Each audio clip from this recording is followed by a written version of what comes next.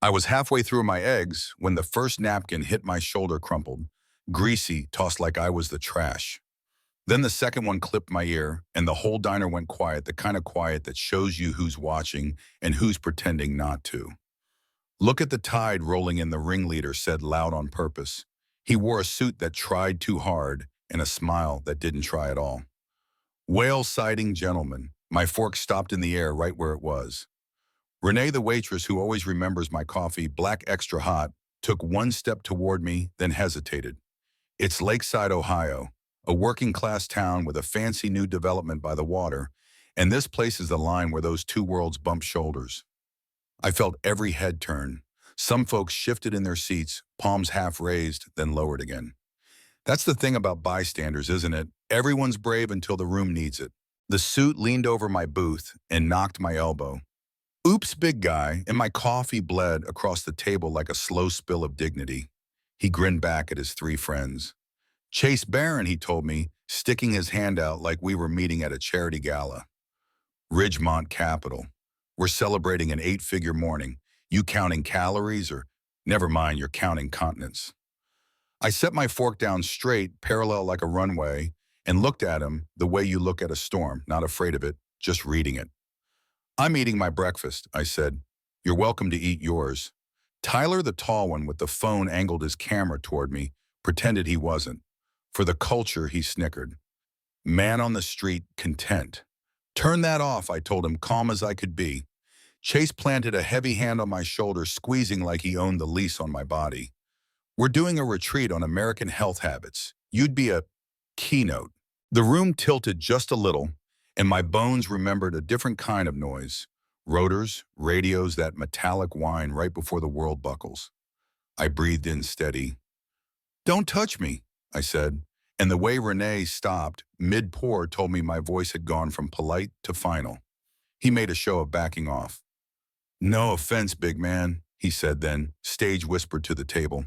He probably can't stand without help. They laughed, all but the youngest, Nate Hare, not yet trained by money eyes, watching like a man, reading his own future in a cracked mirror. He didn't speak up, he didn't walk, he just chose the safest sin, which is silence. I excused myself. Stood up, yeah, I'm a large man, and yeah, the booth complained a little and went to the restroom. In the mirror, I saw what they saw, a body that's carried more than it was designed for, a scar at my jaw that looks like a bad signature, a stranger to anyone judging by first glance. Then I saw what I know, discipline etched into posture, not performance. Patience I paid for in sand and blood. I called Ava. You have my pin, I asked. On your mark, she said. Hold, I told her. Let them keep talking. I splashed water, straightened my shirt, and walked back out. On my table, someone had drawn a cartoon elephant with wide load under it. Cute. I folded the napkin, evidence is evidence, even when it's childish, and tucked it in my pocket. Gus, the owner, caught my eye from behind the counter and gave a nod that said, if you need me. I gave him a smaller nod that said, not yet. Round 3, Chase announced, clapping cheeks flushed with mimosas and applause he gave himself. They boxed my booth, the 3 loud ones close, Nate hanging back like a conscience with the volume down. Here's how it works, Chase said, planting both hands on my table. My guy Evan's a trainer. He's gonna save your life. Free consult. I'm done with my meal, I said, folding my napkin clean. I'd like to leave. Consult's mandatory. Tyler said, still filming. Community service. I checked my watch. People think that's a bit you do to look important. It wasn't. 30 seconds, I said. Chase smirked at his buddies. He's timing his next course. 20, I said. The diners went even quieter. You can feel a room lean in when it wants a story more than it wants to help. 10. Chase poked my chest. Stand up, recruit. And I did, slowly, without hurrying, without posturing, just up. Funny thing about scale sitting, you're a target. Standing, you're a fact of nature. Chase leaned back just an inch like his balance had opinions. Last chance, I told him. Walk away. He laughed, but his eyes didn't. Or what I looked at Renee to make sure she was behind the counter. I looked at Gus. I looked at Nate, who looked at the floor. And I hit send. The bell over the door did a soft little jingle nobody noticed because the energy in the room cracked right then.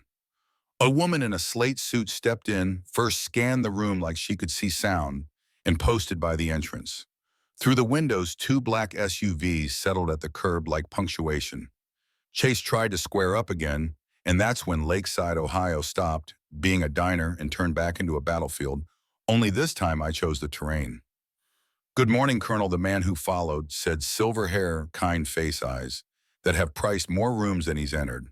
Lillian Sloan's chief of staff, which is another way of saying the air changed temperature. Miss Sloan's tied up downtown, but she sends her regards. Chase's grin slid off his face. "Colonel," he repeated like he had stepped into the wrong movie. "I faced the four of them, no flexing, no threat, just the truth. Marcus Cole," I said, voice for everyone, not just them. "United States Marine Corps, retired. Purple Heart. And since last quarter, this part matters to you, majority partner in Sloan Coal Holdings, parent company of Ridgemont Capital." Tyler's phone dropped a few inches. Evan's jaw hung there like a door off the hinge. Nate looked up finally and swallowed hard. "You're kidding," Chase managed, then tried for laughter. "This is a bit. It's a review," I said, and nodded to Ava. She stepped in, with two others, quiet and professional, like a good apology. "Your devices stay with you. Your exit is clear. You're on administrative leave effective now. HR will meet you at the office." Chase stammered, reaching for something that felt like control. "We were joking. People joke. Harassment isn't a joke," I said. "Neither is discrimination or battery or blocking someone's way because you think the room belongs to you." Renee exhaled and finally moved again, topping off a cup she'd been holding in the air for a minute and a half. The elderly couple by the window nodded barely. The young woman who'd whispered someone should say something pressed her lips together. Regret and relief fighting for space. We walked them out, not dramatic, not rough, just the long walk you take when the bill shows up and it's got your name on it. By afternoon, we were under glass mahogany table legal pads, the hum of a building that prints money and tries not to print excuses. Elaine from legal played the diner clips bleeped where it needed to be, clear enough to make a board squirm.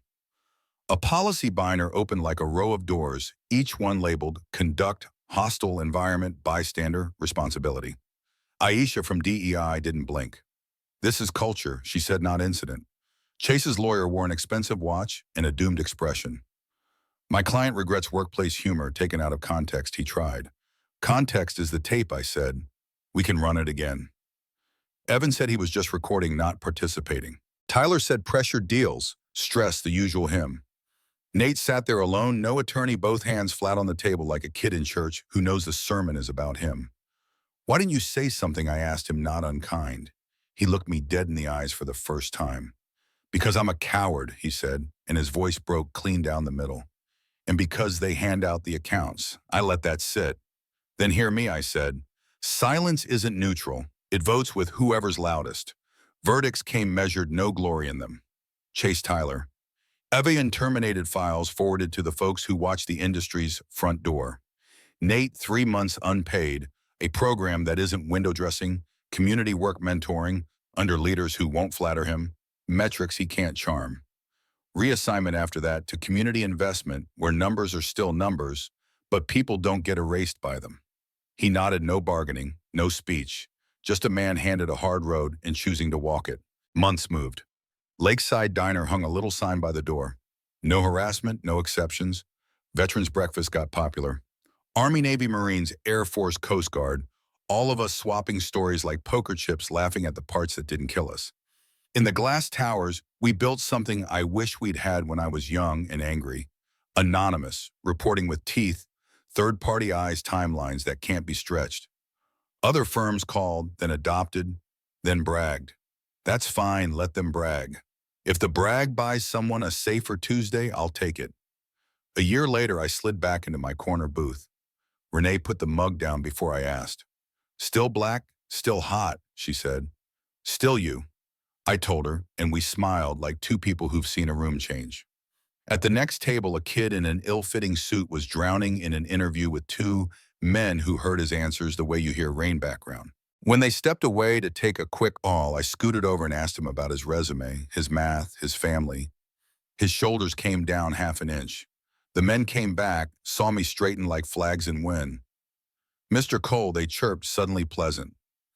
This is the analyst you need, I said, clapping the kid's shoulder. If you've got the backbone to earn him. The kid sat taller. The men listened. Doors the real kind creaked. Outside, a food cart was parked at the corner. The man working it handed a coffee to a construction worker with both hands, careful not to spill. His eyes met mine. Chase, no smirk, no swagger, just a nod, small, honest, the kind you give when the story's over, but the life isn't. I nodded back. Not triumph, not pity, just recognition. Consequences do their work, and some men learn. Some don't.